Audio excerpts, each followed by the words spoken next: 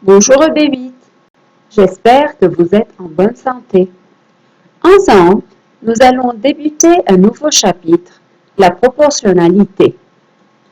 Dans cette vidéo, nous allons viser un seul objectif, reconnaître une situation de proportionnalité et sa représentation graphique.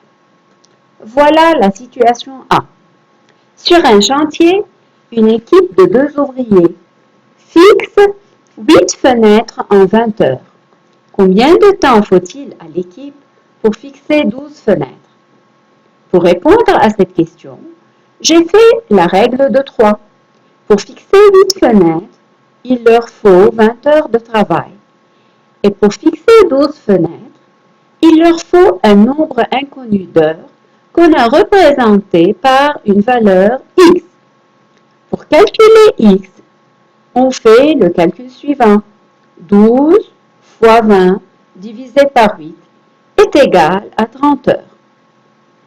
Pour répondre aux questions suivantes, c'est-à-dire combien de temps faut-il à l'équipe pour fixer 20 fenêtres et 24 fenêtres, je vous invite à faire le calcul de la même façon. Et puis, de compléter le tableau suivant. Dans ce tableau, le nombre de fenêtres est représenté par x, le nombre d'heures est représenté par y.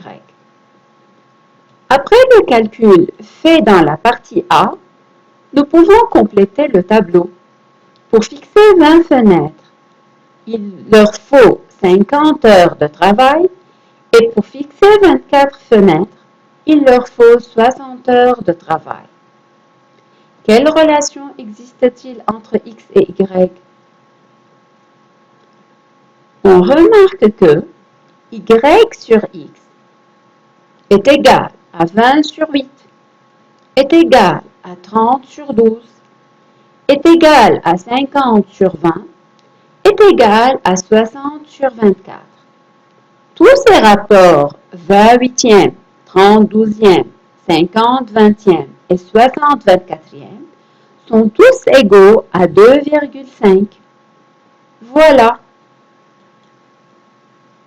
Les grandeurs x et y sont dites des grandeurs proportionnelles, car le rapport y sur x reste constant, c'est-à-dire reste toujours égal à 2,5.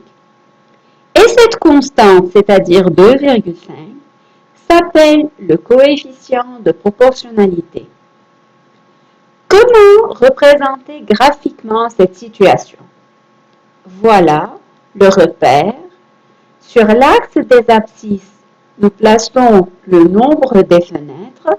Sur l'axe des ordonnées, nous plaçons nombre d'heures.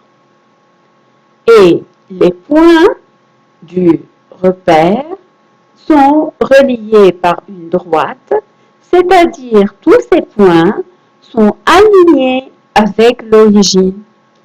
Voilà la représentation graphique d'une situation proportionnelle. Pour mieux comprendre, c'est bon de voir un contre-exemple. Voilà un autre tableau.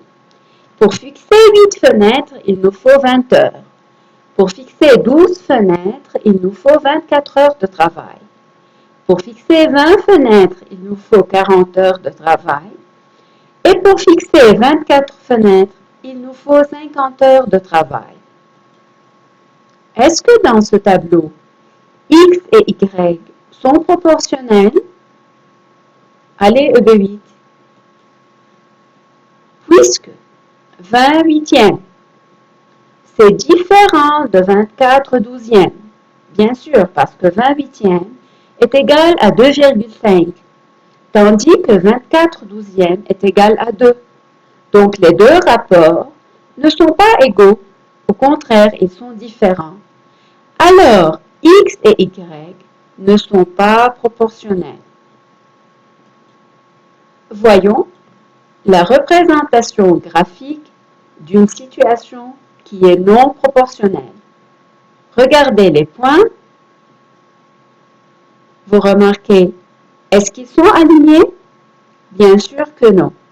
Les points en rouge ne sont pas alignés, alors cette représentation est pour une situation non proportionnelle. Les points sont non alignés. Merci pour votre attention et à bientôt.